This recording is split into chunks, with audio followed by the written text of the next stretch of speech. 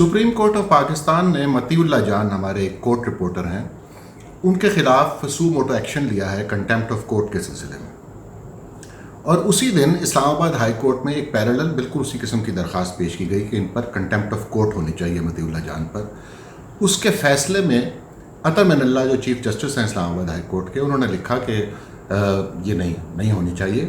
ہم اگر ٹویٹس کے پیچھے چلنے لگ گئے تو ٹویٹس سارا دن ہم پھر یہی کرتے رہیں گے، کیونکہ ٹویٹس تو ایک ایسا پلیٹ فارم ہے جہاں پر لوگ اپنے خیالات کا بھی اظہار کرتے ہیں اور جذبات کا بھی اظہار کرتے ہیں۔ اور ساتھ انہوں نے یہ بھی کہا کہ عدالتوں کی تکریم اور عزت جو ہے وہ ایسی چھوئی موئی نہیں ہوتی کہ وہ کسی ٹویٹ سے زخمی ہو جائے۔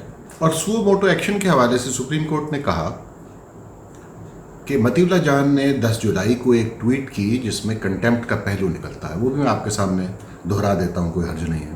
انہوں نے جو ٹویٹ کی تھی وہ یہ تھی کہ 7 برادر ججز آف قاضی فائز عیسیٰ، انہوں نے بیک سٹیب کیا ہے قاضی فائز عیسیٰ کو، یعنی برادران یوسف کا کردار ادا کیا، یہ ان پر الزام۔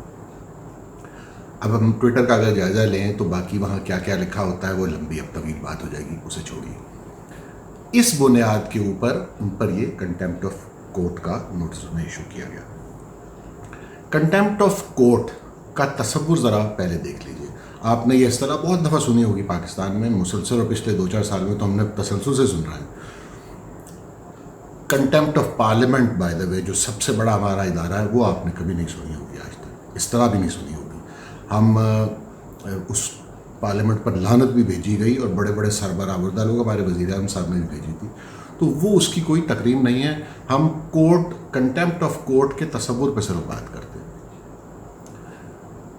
یہ ایک پرانا قدیم تصور ہے، یعنی جب بادشاہ حکمران ہوتے تھے اور انہیں ذل الہی سمجھا جاتا تھا، یعنی خدا کا پرتاؤ سمجھا جاتا تھا، تو ان کی ذات کے اندر ایگزیکٹو، لیجسلیچر اینڈ جوڈیشری، یہ تینوں چیزیں سموئی ہوتی تھیں، اور ان کی کنٹیمپٹ کو ایک لحاظ سے الہامی، یعنی خدا کی کنٹیمپٹ سمجھا جاتا تھا، اور عدالت بھی کیونکہ اس کے اندر موجود تھی، سو وہ بھی تصور ساتھ آ گیا۔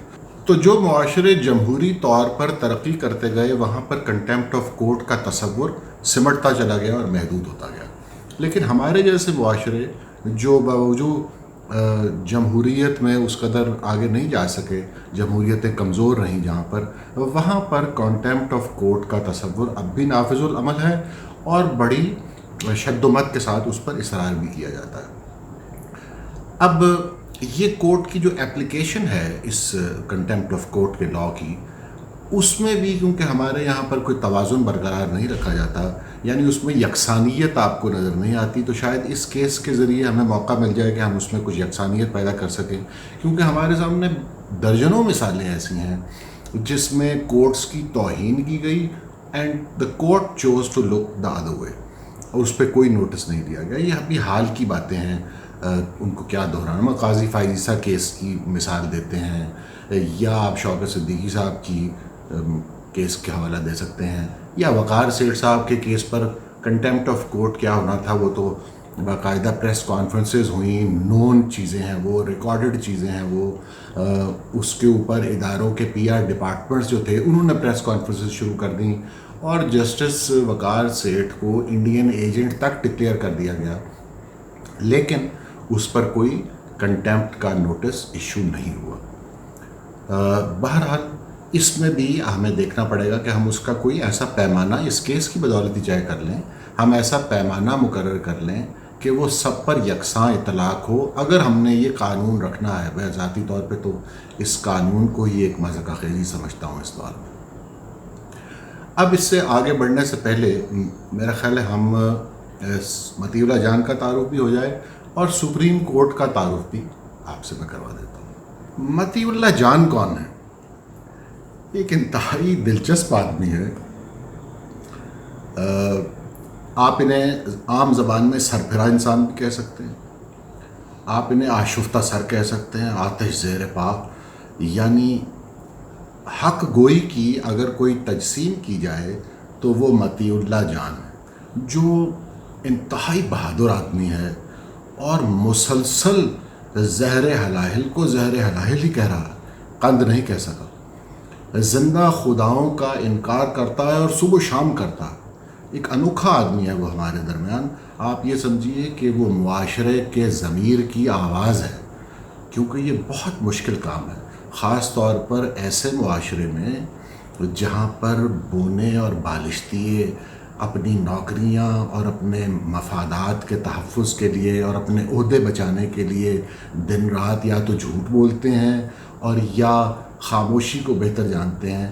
اس معاشرے میں مطیع اللہ جان جیسا آدمی ایک انوکھا آدمی نظر آتا ہے جو مسلسل زندہ خداؤں کا انکار کرتا ہے. اور یہ نبیوں کی سنت ہے، یہ بہت مشکل کام ہے اور وہ کرتا ہے آدمی اور مسلسل کرتا چلا رہا ہے. اور اس کو بڑی تکلیف بھی پہنچائی گئی ہے، یعنی اس کو نوکریوں سے نکالا گیا، اس کا معاشی ناطقہ بند کیا گیا، بچوں کی فیس، بجلی کا بل، اس طرح کے معاملوں میں الجھانے کی اسے مسلسل کوشش کی گئی. لیکن وہ بھی ہر روز صبح اٹھتا ہے، سپریم کورٹ جاتا ہے اور جو سچ سمجھتا ہے، جو حق سمجھتا ہے وہ کہتا چلا جاتا ہے، کرتا چلا جاتا ہے. یعنی اگر غلو سے کام لیا جائے تو میں یہ بھی کہنا چاہوں گا کہ وہ تاریخی طور پر مجھے یوں لگتا ہے جیسے اگر آج سے 1400 سال پہلے یہ آدمی ہوتا تو یقیناً امام حسین علیہ السلام کا غلام ہوتا اور 73واں فرد ہوتا ان کے قافلے کا. میں اس سطح پر اس کو فائد سمجھتا ہوں، کیونکہ وہ بہت مشکل کام کر رہا ہے. جن لوگوں نے کبھی ایسا کام کیا ہو ان کو اندازہ ہے کہ میں کیا کہہ رہا ہوں. یہ انتہائی دشوار رستہ ہے جس پہ مطیع اللہ جان چلتا چلا جا رہا ہے اور انتہائی ثابت قدمی سے چلتا چلا جا رہا ہے. دوسری طرف اب میں آپ کا تعارف سپریم کورٹ سے کرواتا ہوں. میں اعادہ کروں گا دراصل کچھ چیزوں کا، وہ سب آپ لوگ جانتے ہیں کہ وہ سپریم کورٹ کا تعارف تو آپ سب کو مجھ سے بہتر ہے. Supreme court contempt of court جو لا ہے اس کے اندر انہیرنٹ ہے یہ بات کہ کسی کا احترام تھا اور اس کی توہین کی گئی. یہ کنٹیمپٹ آف کورٹ کی یہ 3 حرفی جو ترکیب ہے، اس سے آپ کو 3 لفظی، اس سے آپ کو یہ سمجھ آتی ہے. آپ دیکھیے کہ معاشرے میں سپریم کورٹ یا عدالتوں کا، سپریم کورٹ اور باقی سب عدالتیں بھی جو ہیں، ان کے بارے میں عوام میں کیا تاثر پایا جاتا ہے، عوام کے دلوں میں ان عدالتوں کا کس قدر احترام ہے، اس پر آپ ایک نظر ڈالیے. آپ دن بھر ڈالتے ہیں. آپ نے یہ اکثر سنا ہوگا کہ وکیل کیا کرنا جج کر لیتے ہیں. یہ ہمارے معاشرے میں باتیں عام کی جاتی ہیں. ہم لڑکپن سے سن رہے ہیں کہ دادا کیس کرتا ہے اور پوتا جو ہے وہ رزلٹ آتا ہے، اس کے سامنے فیصلہ آتا ہے. یہ بھی یہ اس سے احترام نظر نہیں آ رہا ہمیں عدالتوں کا ہمارے ہاں یہ تصور پایا جاتا ہے. اور آپ یہ بتائیے کہ ملک میں جمہوریت کے حوالے سے یا ڈکٹیٹرشپ کے حوالے سے یا نظام کی جو تباہی ہوئی اس ملک میں اور آج تک ہم کوئی مہذب راستہ اختیار نہیں کر سکے، جب بھی یہ گفتگو ہوتی ہے ہر دوسری مجلس میں کیا جسٹس منیر پر تبرہ نہیں بھیجا جاتا؟ سپریم کورٹ کے چیف جسٹس تھے وہ.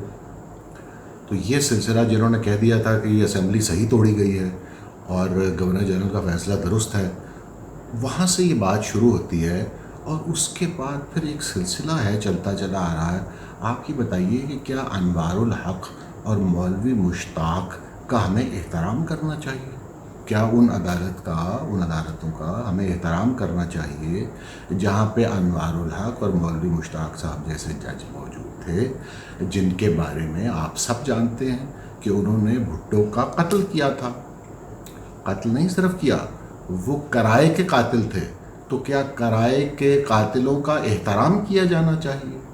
عدالتیں دیکھیے، عدالتوں کا احترام اس صورت میں ہوگا جب عدالتیں اپنے عمل سے یہ ثابت کریں کہ ان کا احترام کیا جانا چاہیے، ان کی توقیر کی جانی چاہیے، ان کی تکریم ہونی چاہیے. اپنے عمل سے انہیں ثابت کرنا ہو. اور یہ سلسلہ جو ہے پھر آگے چلتا ہے. ہم مثلا ارشاد حسین خان صاحب، ان کی کیا مثال دی جائے. انہوں نے بھی حال ہی میں چیف جسٹس تھے ہمارے، وہ جنہوں نے مشرف کے مارشل لاء کو جائز قرار دیا تھا اور پھر انہیں آئین میں ترمیم کی اجازت بھی مرحمت فرمائی تھی. وہ صاحب اپنی ایک حالیہ مضمون میں لکھتے ہیں کہ میرے پاس آپشن کیا تھا جب ڈکٹیٹر آ ہی گیا تو میں پھر کیا کر سکتا تھا. یعنی میں مالی ہوں، یہ وہ کہہ رہے ہیں کہ میں کیا کرتی، چیف جسٹس آف پاکستان ادارے کا سربراہ جو آئین کے تحفظ کا حلف اٹھاتا ہے، وہ کہہ رہا ہے کہ میں کیا کر سکتا تھا، تو میں نے بس پھر جائز قرار دے دیا ہوگا۔ تو یہ اس سے کیا احترام پیدا ہوگا لوگوں کے دلوں میں عدالتوں کا؟ اس طرح تو احترام پیدا نہیں کیا جا سکتا نا۔ آپ اپنے عمل سے آپ قربانی دے کر یہ احترام پیدا کرواتے ہیں۔ آپ پی سی اوز کے تحت حلف اٹھاتے چلے جائیں اور پھر آپ یہ چاہیں کہ عوام آپ کا احترام کرے، تو مشکل بات ذرا نظر آتی ہے۔ یہ سلسلہ پھر تھما نہیں، یہ معاملہ آج تک جاری ہے۔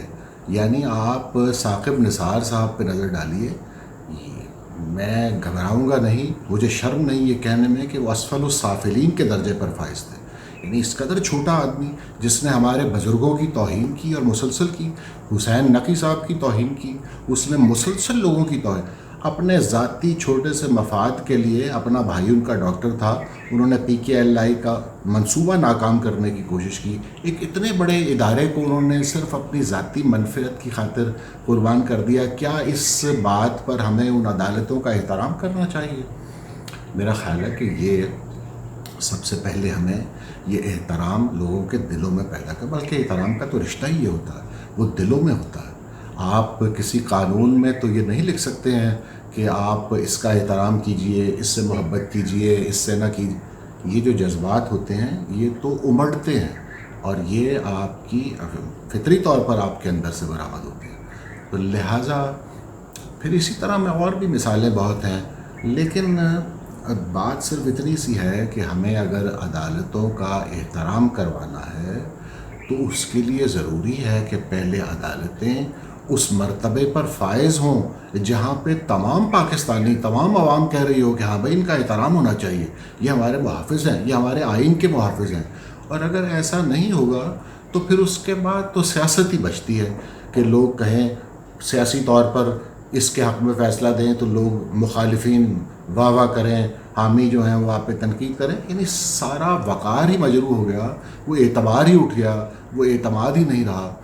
تو ابھی تو سنگ ڈھلانوں پہ ٹھہرنا چاہ رہا ہے، پہلے یہ ٹھہرے گا کہیں، اس کے بعد یہ واپسی کا سفر شروع ہوگا، چڑھائی چڑھی جائے گی جس سے آپ کا ایک احترام بحال ہوگا، اور اس کے بعد ہم جیسے لوگ بھی یہ کہیں گے کہ آپ عدالتیں جو ہمیں انصاف دیتی ہیں اور ڈسٹرکٹ سیشن کورٹس تک ہمیں احترام دیتی ہیں، ہمارا خیال کرتی ہیں، ہمارے حقوق کا تحفظ کرتی ہیں، اور پھر اعلیٰ ترین عدالت بھی ایسا ہی کرتی ہے، تو ایسی عدالتوں کا معاشرے میں احترام ہوتا ہے۔